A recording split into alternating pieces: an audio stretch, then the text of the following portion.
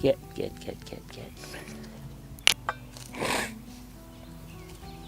We're going to lay this black plastic out across this bed. Again, this black plastic is biodegradable.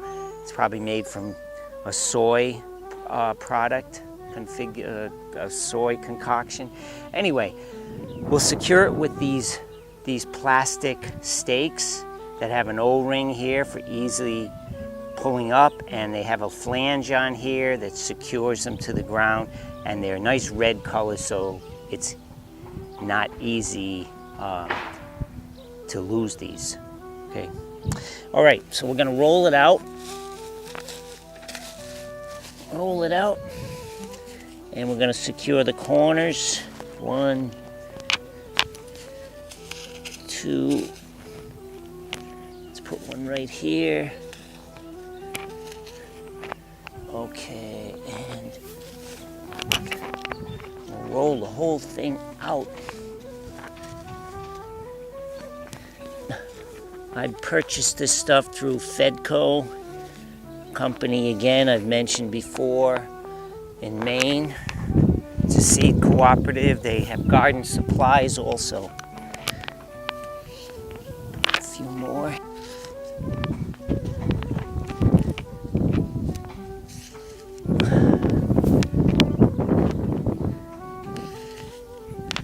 Okay, next thing what we're gonna do is I use a stake system. At this point, I've been using stakes for years to support my tomatoes. There are various other methods. You can buy cages, whatever works for you. I've used this system for quite a few years, so it works for me. So I'm gonna pound this into the ground about right here. So we're gonna put 2 tomatoes across.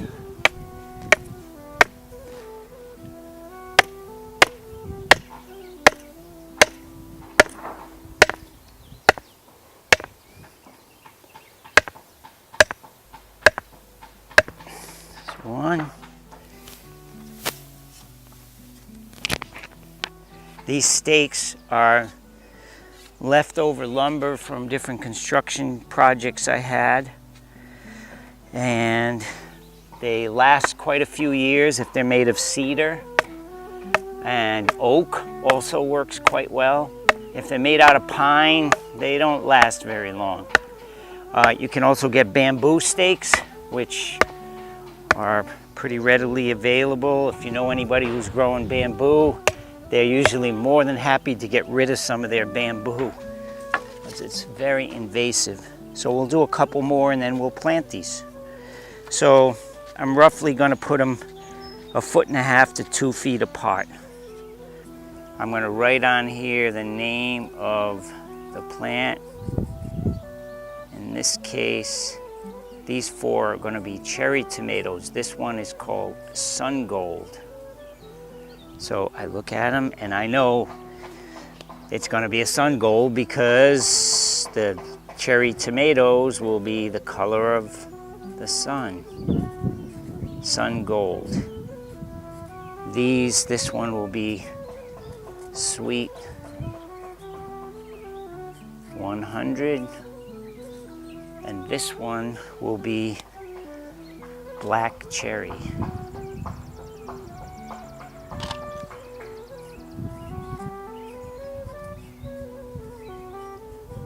There are literally hundreds of varieties of tomatoes.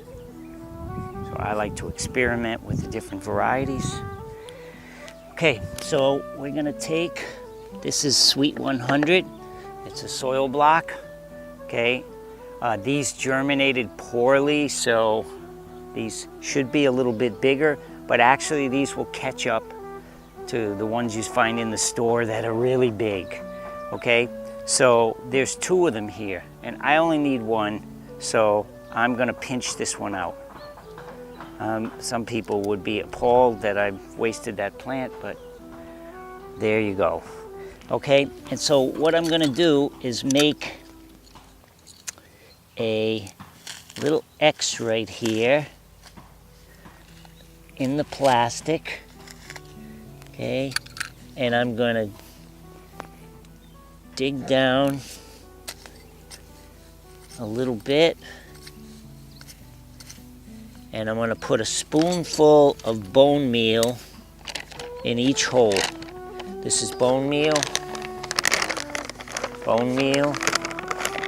Okay, it's rich in phosphorus, and phosphorus is what helps the plants to have strong roots and to fruit and flower. So you want to have a lot of tomatoes, make sure you have adequate phosphorus. So we'll mix that in a little bit. Okay, and then we're going to take and break off these 2 seed leaves, and we're going to plant this thing right up to almost the top of those leaves. Okay, and it might look small and pathetic, but it's going to take off, I hope. Okay, if you see any disease, this might be stress from being outside. These plants have been hardened off, so what that means is that you've left them outside in the elements for a couple of days, so they get used to the wind and the various, vagaries of the weather that they don't find when they're inside. Okay, so that one is a Sweet 100.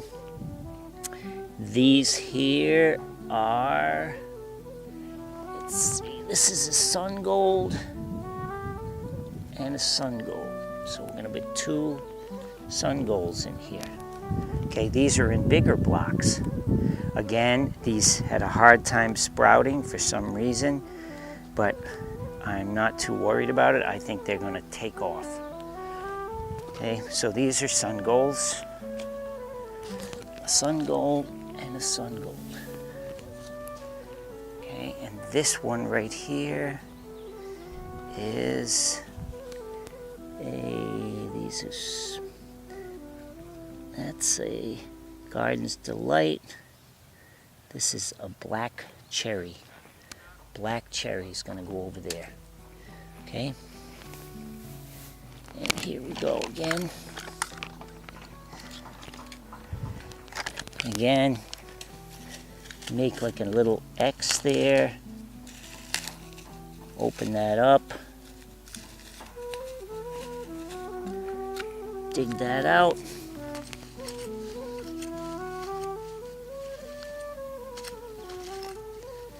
Now sometimes I actually dig down a foot and put a whole shovel full of compost in each hole. But this year I'm not going to do that. I'm going to foliar spray these plants with seaweed and fish emulsion on a regular basis. Break off the 2 seed leaves, and we're going to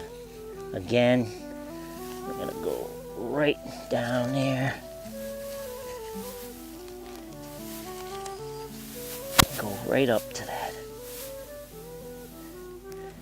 Okay. It's all right. Put the little soil around there to keep it from tearing a little bit. Okay, you want to make sure this open there so you can get some water in through there.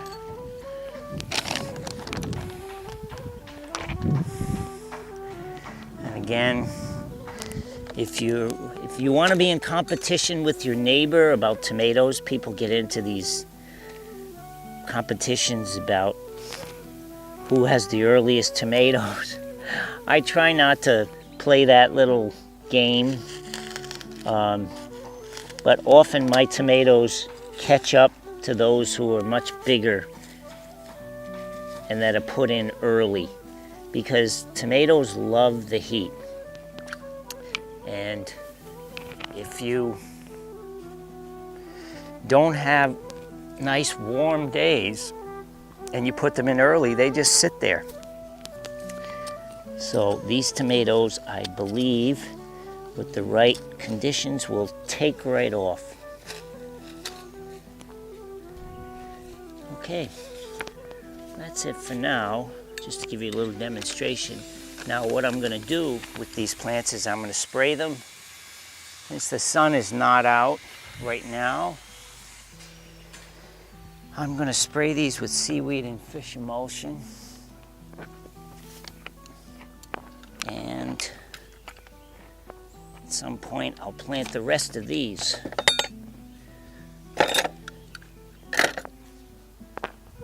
You also could put lettuces in there in between. You could companion plant again if you so choose. You could plant basil in there. In fact, let's do that.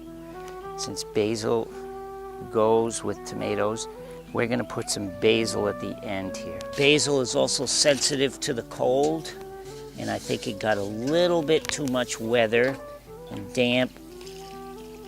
dampness the other night. But I do believe this basil will make a comeback. So I'm going to put a few basils across here.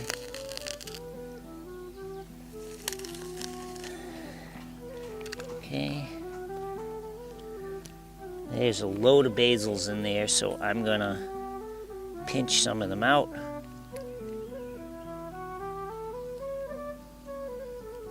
And leave maybe one or two strong ones and stick that right in there. And basil, I like to put basil maybe a foot of 8 inches to 10 inches apart.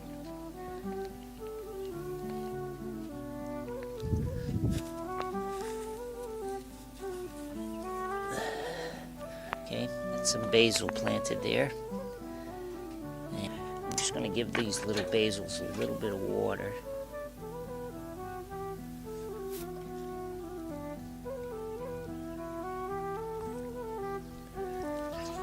Make sure that these are not. I want to smother that basil. Okay. And the last thing we're going to do is water those plants. I'm going to go get water from a rain barrel over here. Okay, collect rainwater. I mean, ideally, I'd love to have a cistern system like my next door neighbor who collects all his rainwater and has an 800-gallon system of rainwater collection. It's fabulous. Mine's just a simple barrel over here connected to my downspout. I'm going to get some water from that and water those plants.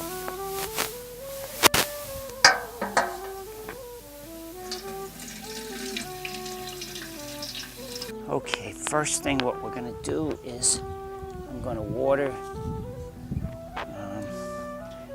those tomatoes.